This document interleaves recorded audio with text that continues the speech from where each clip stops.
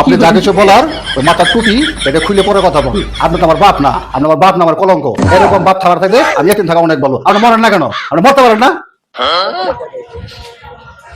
সুন্দর করে গাটা খোলাও, খোলাইয়া একটা রং চা বানাই দাও, চিনি কম দিলেও চলবে।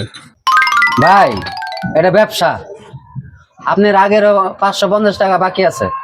আপনি আসেন, খান, জানগা, বিলের নামে কোনো উদ্দেশ্য নেই। আমি বাকি দিতে পারবো না আপনারা। তুমি আমার কাছে কয় টাকা পাও? কয় টাকা পাও? 550 টাকা তো বললা। তুমি কি আমার চিনো না? আমার বাবা এখনো জীবিত আছে। 500 বিঘা সম্পত্তির মালিক আমার বাবা। ও আজকে মরলে কালকেই সম্পত্তি সম্পূর্ণতা আমিই পাবো। তখন তোমারে 10 বিঘা লিখে দেবো না, তা দাও একটা।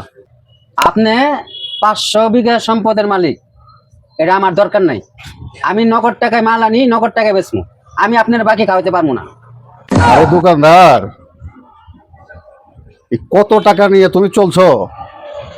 আর আজকের এক কাপ চা তুমি আমার দিলা না। এই সুঙ্গর মতো লোক এই জন্য আমি দেখতে পারি না। কালকে থেকে তোমার দোকান আর আমি বলবো না। ভাই আপনার বাপে আপনার তেজপুত্র করছে।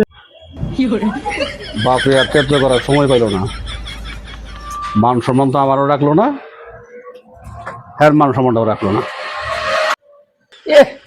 500 বিঘা সম্পদের মালিক ফুডেঙ্গি শেষ।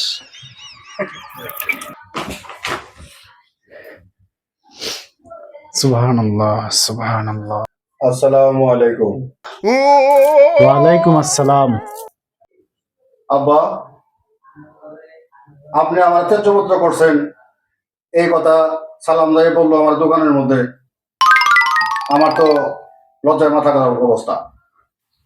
আপনি আমার ত্যায্যপুত্র করছেন ভালো কথা, আপনি তো আমার ডাকতে পারতেন, বাসায় নিয়ে আমার কথা বলতে পারতেন। এতে কি আমার সম্মান রইল না আপনার সম্মান রইল? আমার ভালা, তুই আমার মান সম্মানের কথা চিন্তা করছস? তুই আইসস তোর মান সম্মান নিয়া।